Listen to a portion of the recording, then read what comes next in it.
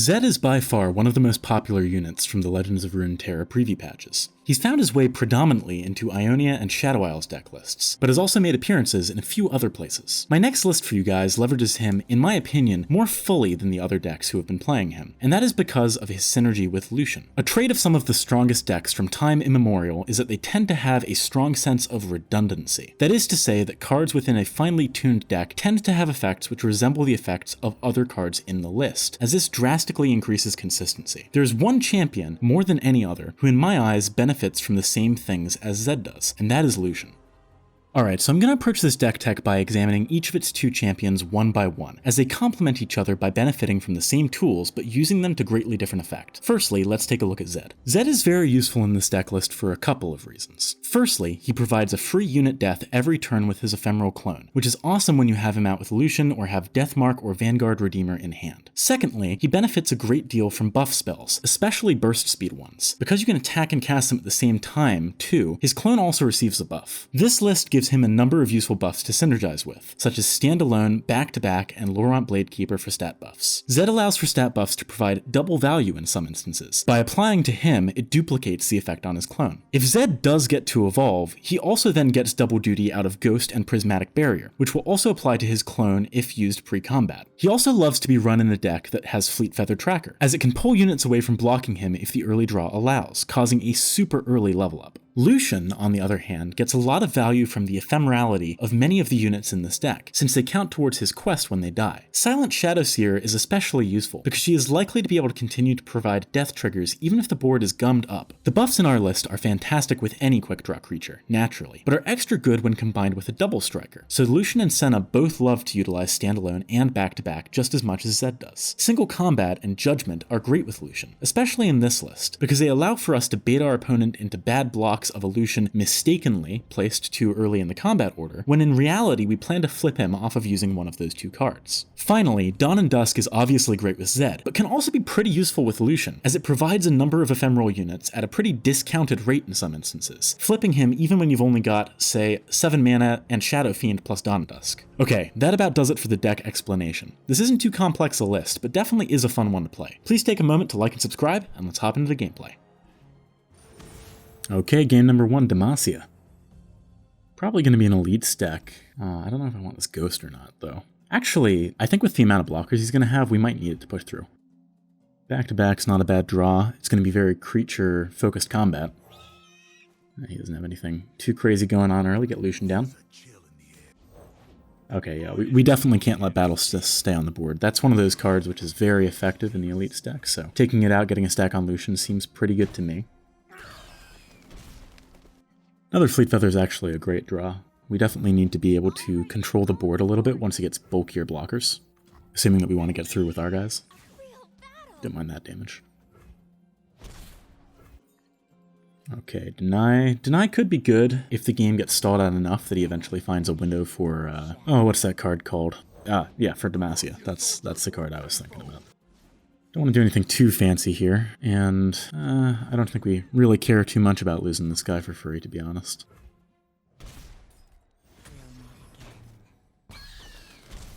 The important thing here is just that we're getting these death triggers.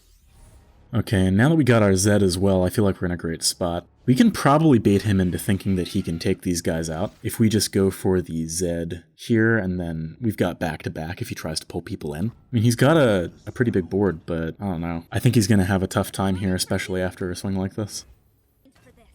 Obviously, it's nice to use those back-to-backs to try and actually get kills, but seeing the health vulnerability against those things, we got to take him out now.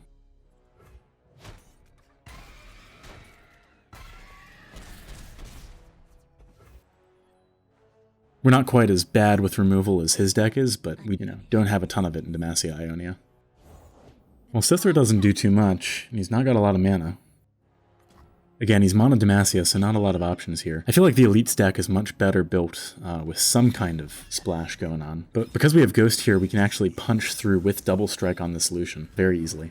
Because we're going to have, 2 units die ahead of combat by pulling in Sithra to kill the Fleet Feather and then by the Shadowseer. So yeah, I mean, he's not dead, but he might as well be dead. I'll bring them peace. Well, actually, you know what? He is exactly dead. My mistake. I thought he had maybe one more turn there, not that it would have really mattered too much. That was a quick game number 1. Let's get on to number 2.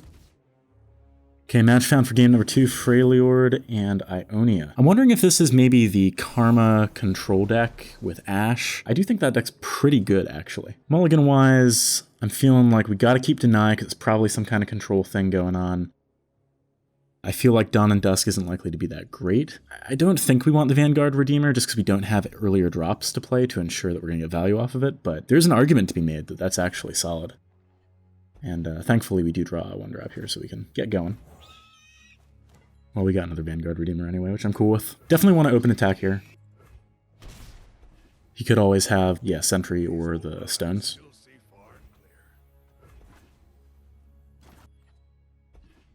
Another Redeemer is not too bad. He did in fact have Sentry and Stones, so I feel pretty good about the open attack last turn. I think we just want to develop Zed here. I kind of just want to clear the way, you know, if he has any kind of buffs, this way we don't have to worry about this Zed really at all. And we want to get Standalone down, obviously. Like I was talking about in the deck tech, Standalone is pretty fantastic in this list because it basically doubles on Zed. Like, I don't know, it's insane. 3 mana, give a unit +3/+3 and another unit +3/+3 permanently is just crazy value. And of course, Vanguard Redeemer is insane with Ephemeral. You just always have the opportunity to get that buff. So we were able to draw a Lucian there as well, which is really nice. We've got Deny here. If he decides to go for an Avalanche, he's going to have a tough time making that one stick.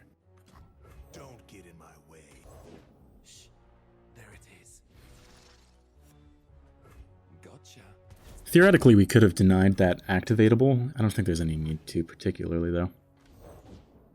This is a much better one to deny. Absolutely going to deny this. Alright, the pressure is really on for him. I don't think he's got a ton of good options to get out of this. I think he's going to need a really good draw next turn.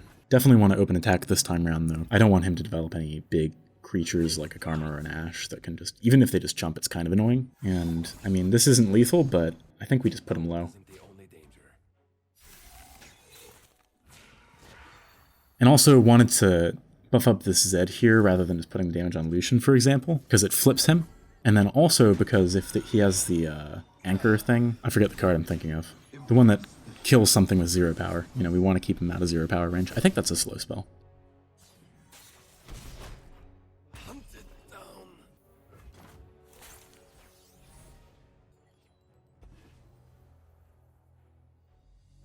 Oh wow, he's just going to concede there, so. Okay, game 2 in the bag. Too quick for that control deck. Game number 3, we've got Noxus and PNZ. I normally guess discard aggro when I see this color combination. It does seem to be the most popular deck in those colors. We have a pretty good hand. Yeah, it is. Okay, it is discard aggro. I remember to check that. Yeah, I feel like our hand is really good against this. In fact, drawing another Death Mark is just stellar. We really just want to have things that can remove his threats. In this list, especially against aggro, being able to remove a threat and stick a threat that's overcosted and better than threats should be is really good. Okay, there's a Zed. It's a nice draw. Is he gonna open attack? Okay. Interesting. We might want to remove this with the Shadow Fiend Deathmark combo, to be honest. If he doesn't use this Whirling Axe on the 2/1 as well, I mean, we get to block that and kill the Draven, which is a really big swing. Like, sure, he's getting in pretty good damage early here, but he's also spent so much resources and his hand is just destroyed from all of the discarding effects.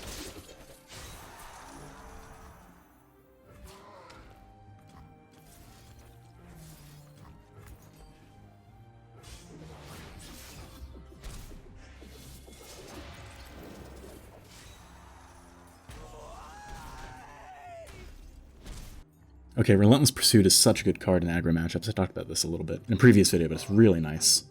Basically, they want to try and race you, but if you are doing double the damage they expect, then, that's impossible for them to judge. And often they'll decide to block nothing, like, arguably they're not really blocking stuff here, and then we push in with Relentless. And on that second attack, like, they don't have good options. But in this case, I'm talking about that because it is a cool feature of this deck, but obviously we want to remove the Jinx and just level up our Zed, because we're getting a free blocker out of that Death Mark as well, which is really, really nice.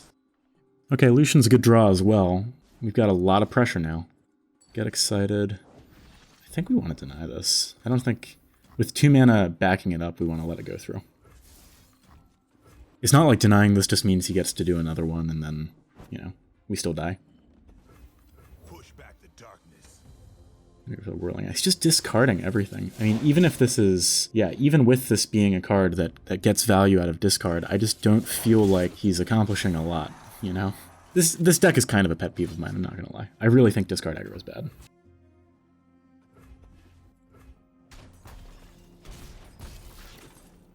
Okay, 2 Relentless Pursuits and 6 mana means that, should we want to, we can put on a lot of pressure here. Kind of unfortunate that the ephemeral unit always spawns behind Lucian. This fight isn't over. But still, like you see here, you know, he chose to only block one of those, maybe thinking that he was going to be able to go in again. Now he can't. I think Shadow Shift disjoints this, so yeah. This is quite a nice punish. Makes it very difficult for him to do much. I mean, on 1 health, yeah, I'm on 8, but it's going to be really hard for him to come back this game.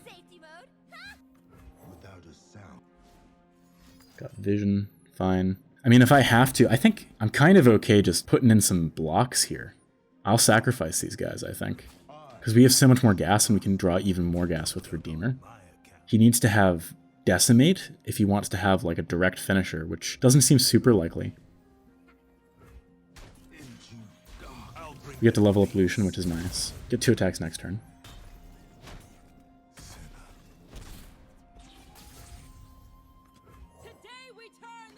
It's actually a great draw here, to be honest, because just getting more stats on the board is good at this point.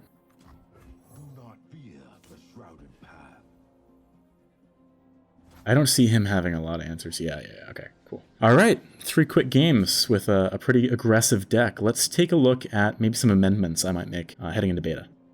Alright, so as you can see, this deck list is pretty potent and has some very cool synergies. Throughout Preview Patch 2, it managed to obtain a 78.75 win record over 28 games. Honestly, unlike the last 2 decks, I don't have too many changes to this list that I'd like to make heading into the beta. One big one, though, is subbing out the Judgment for Detain or Purify, depending on balance changes in the meta. I forget actually whether using Judgment on an ephemeral unit works to deal its strike to everything, or if it just damages 1 unit. If it's the latter, then it might not actually fit so well, but I haven't had the chance to play since the preview patch has been shut down. I can't test it. Even if we decided to commit to our aggro plan more without diluting it with some tempo and control, I think I'd still want to swap it out for single combat. As always, guys, if you enjoyed this video, please like, comment, and subscribe. It really helps me know what content you want to see more of. Beta should be just around the corner. I'll be bringing you more content coming soon.